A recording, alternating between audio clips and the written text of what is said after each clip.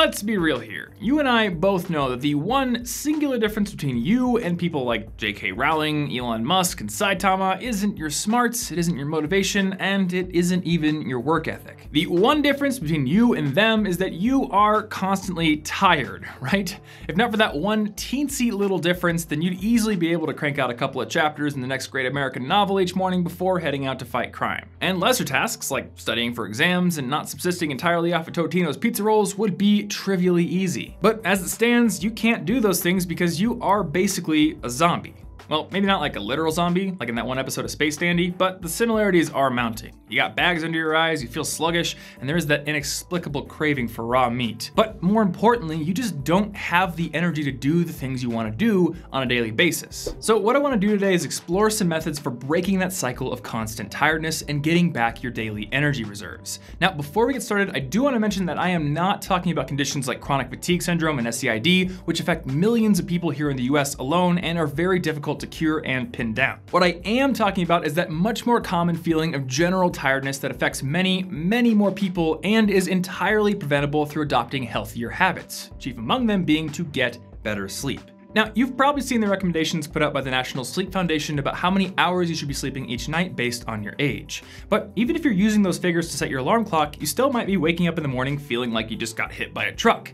And if that's the case, it's probably because you're not respecting your body's sleep cycle. See, during the night, sleep happens in several different stages that each correspond to differing levels of brain activity. And together, these are known as the sleep cycle. Now, I'll link to some sources down below if you want to go more in depth on this, but what you need to know right now is that if you wake up in the wrong stage of the sleep cycle, you're gonna feel absolutely awful. And that's a risk you run when you use an alarm clock. For most of human history, we didn't have access to alarm clocks, or electric lights for that matter. Our sleep patterns were much more in tune with the cycle of day and night, and they were also governed by the body's sleep cycle itself. Someone living before the invention of the alarm clock would almost always wake up at the completion of a sleep cycle, unless they were disturbed by something like a rooster's crow or an invasion of Mongols. And because of that, they'd almost always wake up feeling well rested. By contrast, if you let an alarm clock startle you awake in the middle of a sleep cycle, then you're gonna be waking up in zombie mode. As Pierce J. Howard put it in his book, The Owner's Manual for the Brain, a person who sleeps only 4 cycles, or 6 hours, will feel more rested than someone who has slept for 8 to 10 hours, but who has not been allowed to complete any one cycle because of being awakened before it was completed. Now, each of these sleep cycles takes an average of 90 minutes to complete. And in the past, I've recommended a site called sleepytie.me, which uses that number to help you figure out when you should wake up based on your bedtime. But one thing I've learned recently is that this 90-minute figure really is just an average, and it can vary by up to 30 minutes in either direction. So instead of just setting your alarm based on that 90-minute ballpark figure, you should instead work to figure out when you naturally wake up.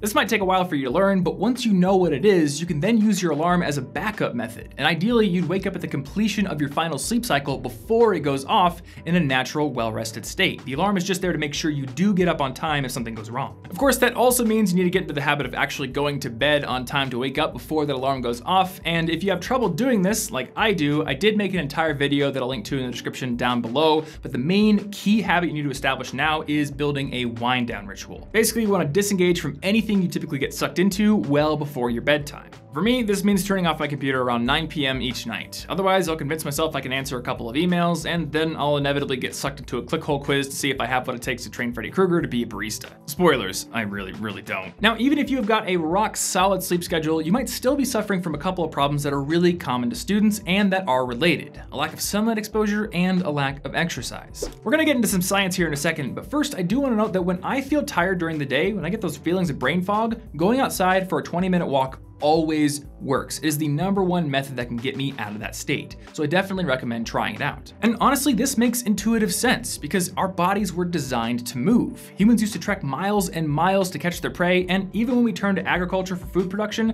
that still involved being outside for most of the day doing hard work. And plus you got to wear stylish overalls. But now a lot of us are sedentary. We spend a lot of time in chairs, and all the time we sink into screens and books keeps us indoors and away from the sun. And that can be a huge contributor to why you feel so tired. It might not be as obvious a connection as it is for plants, which need nothing but sunlight and Brondo, but make no mistake, the sun plays a huge role in maintaining your energy levels. For one, sunlight exposure helps your body correctly time its production of melatonin, which is a hormone that helps you go to sleep and plays a part in maintaining your circadian rhythm, which helps you stay in sync with the cycle of day and night. But sunlight exposure is also your body's main source of vitamin D, which not only plays a role in keeping your bones healthy, keeps your immune system working and your lungs working, but also plays a big role in helping you avoid fatigue. A study that was done in 2014 found a high correlation between vitamin D deficiency and fatigue, as well as a big improvement in those fatigue symptoms once patients in the study got their vitamin D levels back to normal. Now, you might think that you can just eat better food to get your vitamin D, but that isn't the case. While improving your diet will definitely help your energy levels in other ways, as Mark Sisson points out in his book The Primal Blueprint, dietary efforts to obtain vitamin D are almost inconsequential compared to sun exposure. To put some hard numbers behind that, a standard American diet will get you about 300 IUs, or international units, of vitamin D per day, but experts recommend getting around 4,000.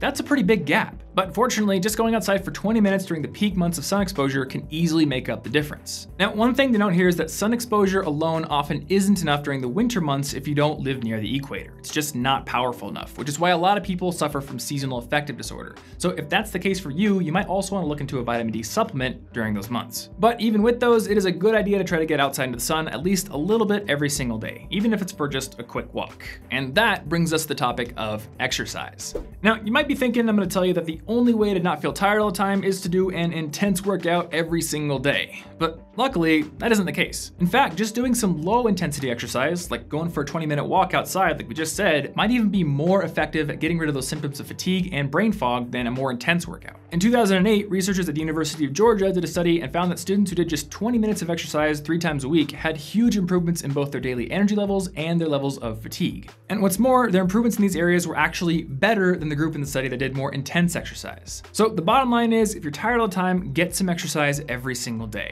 If doing a heavy bench workout or running 10 miles is fun for you, then definitely do that. But if not, you'll still benefit from a quick walk at a pace that won't make you spill your coffee. And speaking of coffee, let's talk about caffeine. Now, I am not gonna outright condemn caffeine here, because if you use it every once in a while, it can actually be a useful tool for staving off fatigue when you need to finish a particularly big project. But as this recovering caffeine addict can tell you, it is super easy to start using caffeine on a regular basis, and that is where the problems begin. For starters, if you drink something caffeinated late enough in the day, it can really mess with your sleep. And by late enough, I'm not talking about like a 9 p.m. cup of joe. I'm talking about like 6 hours before bedtime, according to one study. So if you're having an afternoon coffee, you could be compromising your sleep, which just makes you further dependent on it the next day. Additionally, much like any other drug, your body starts to build up a tolerance to caffeine as you use it regularly. To put this really simply, your body and your brain both have lots of receptors for a compound called adenosine. And this compound tells your body that it's tired and that it's ready to sleep. Caffeine works by essentially impersonating that adenosine, and it blocks up the receptors and it prevents the adenosine from getting through, which makes you temporarily feel like you're energetic and not tired. The author Stephen Braun likened this process to putting a block of wood underneath one of the brain's primary brake pedals. Once the caffeine has moved through your system though, all that built up adenosine comes rushing through, creating that all too familiar caffeine crash. Not only that, but regular caffeine use will also cause your body to upregulate, to create more adenosine receptors. And that means that as time goes on, you need more and more caffeine to do the same job and get the same feeling. Eventually become like my friend in college who would chug 3 to 4 pots of coffee every single day. Now, if you are already at that point, maybe you are that friend of mine from college, or you're on your way to it like I have been at several points in my life, the process of weaning yourself off of caffeine can be tough. Adopting the sleep and exercise habits we've already talked about in this video can definitely help, but you can also use the following few tips to make the process even easier. First, if you drink coffee or energy drinks, try switching to tea. While most tea does have some caffeine, it's almost always a lot less than those other drinks. And for those of you that think tea tastes like dirty rainwater out of a gutter, I have 3 words for you. Loose leaf tea. Not only is it more flavorful and higher quality than the bagged kind, but there are hundreds of different flavors out there. If you're a coffee drinker, you might want to start with something like Earl Grey or Irish Breakfast, which aren't exactly like coffee, but when mixed with milk, make pretty good substitutes. Second, use a habit tracking app like Habitica and do a 30-day challenge to kick caffeine. This will give you a little bit of extra motivation because you now have a tangible goal that you're working towards and you're marking down your progress every single day. And lastly, drink more water. And you can create this habit by carrying your own water bottle with you wherever you go. This will basically make water a replacement for all those caffeinated drinks you usually turn to, and while it won't give you a buzz, it actually will help with those feelings of fatigue and brain fog. Even mild dehydration can make you feel tired. And that's because basically every part of your body, including your brain, needs a good supply of water to function properly. And while the old advice to get 8 glasses a day might not be scientifically sound, most people aren't even getting close to that amount. And that often includes me. If I don't bring that water bottle with me when I go out, I will drink barely any water during the day at all. All right, we have covered a lot in this video, so let's do a quick recap. If you want to not be tired all the time and you want to be energetic, first, get enough sleep and respect your body's sleep cycles by not waking up with an alarm clock. clock. Try to wake up naturally and use your alarm clock just as a backup. Second, get outside. Get a little bit of sunlight exposure every single day, and in the winter months, also consider using a vitamin D supplement. Third, get some exercise every day as well, even if it's something relatively low level, like going for a quick walk or pulling around jumbo jets with your teeth. Fourth, use caffeine sparingly. Use it as a tool. Don't be like my friend in college and drink 3 to 4 pots of coffee a day and build a dependence. And finally, number 5, make sure you're drinking enough water. Now, you might be thinking that none of these habits seems particularly out of the blue or insightful, but I would ask you, how many of them are you sticking to? Because really, avoiding a life of constant tiredness comes down to adopting healthy habits. They might seem obvious, but sometimes we need a simple reminder, or we need to stop and make a commitment or put a system in place to make us take them seriously, especially when we have things like goals in school and relationships and video games all vying for our attention at the same time. Now, I don't agree with a lot of what the dude says these days, but Elliot Hulse made a very good point when he said the most important part of the game is your game piece. So make your health a priority. And in return, you'll be rewarded with an uncommon level of energy and focus that you can use to tackle all those other things with a much greater level of intensity. You might even find yourself with the energy to take on projects that you wouldn't have even considered before. Instead of finishing your homework and then just watching Netflix or playing video games, you might actually have the energy to teach yourself how to build video games or learn landscape photography. And instead of just ordering pizza or making something easy, you might actually want to cook something that takes real skill. Once you're at that point, you'll probably want to accelerate your learning process as much as you possibly can. And that is exactly what you can do with Skillshare. With over 17,000 courses in a ton of different subjects, Skillshare's library can help you quickly build confidence in almost any area you can think of. Photography, music production, game design, and yes, even cooking. I recently took their knife skills class, which taught me some techniques that I would have never thought of on my own, and that are helping me spend a lot less time on vegetable prep when I'm in the kitchen, which means that I'm actually cooking with vegetables a lot more often. And rather than just giving you the information like in a lecture, Skillshare's courses offer hands-on projects that'll put what you've learned to the test and that'll challenge you to improve your skills even more quickly. Plus, if you happen to want help or you want feedback on your project, you can get it from both the teacher in that course and the other people taking it alongside you. So if you're ready to put all that newfound energy into learning a new skill effectively, give Skillshare a try. The first 500 people who sign up with the link down below will get a free 2-month trial, and after that, a premium subscription is as low as $10 a month if you want to keep learning. And if not, it's super easy to cancel. Thanks so much to Skillshare for sponsoring this video and helping to support this channel. Seriously, I love working with Skillshare. They are great guys over there. And guys, as always, thank you so much for watching. If you enjoyed this video and you found it to be useful, then leaving a like definitely helps this channel out. And if there's something I didn't mention here that you found useful in your own life, definitely leave a comment down below so other people can benefit from it. And speaking of things that were left out, I know we didn't even scratch the surface when it comes to nutrition, and we also didn't talk about how to take naps effectively. So I will definitely do videos on those topics in the future, and if you want to get notified about them and anything else I release, you can subscribe to this channel right there, and you can also hit that bell down below if you want to actually get notifications. Additionally, if you want to get a free copy of my book on how to earn better grades, you can click right there to get that, and you can also click right there to watch our latest podcast episode. Lastly, if you want to watch another video on this channel, click right there. YouTube has selected one, and you will probably enjoy it. Anyway, thanks for watching, and I'll see you next week.